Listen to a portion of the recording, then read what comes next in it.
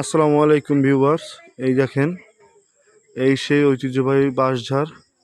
এই বাঁশঝাড়ের অনেক অলৌকিক ঘটনা আছে, যেটা আসলে ভাষায় প্রকাশ করার মতো না, বা অনেকে জানেও না, বুঝছেন।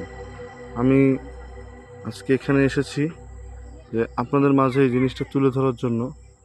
যে এটা হচ্ছে গিয়ে দেপাড়া থেকে, দেপাড়া বাজারের পাশেই নদীর পাড়ে। আপনারা যদি কখনো আসেন, একা একা বেশি রাত্রে এখান থেকে যাতায়াত করবেন না, কারণ এই জায়গাটা খুবই ভয়ঙ্কর এবং আশপাশে দেখেন কি পরিমাণ অন্ধকার, ঝোপঝাড়, যা না দেখলে আসলে বিশ্বাস করার মতো না।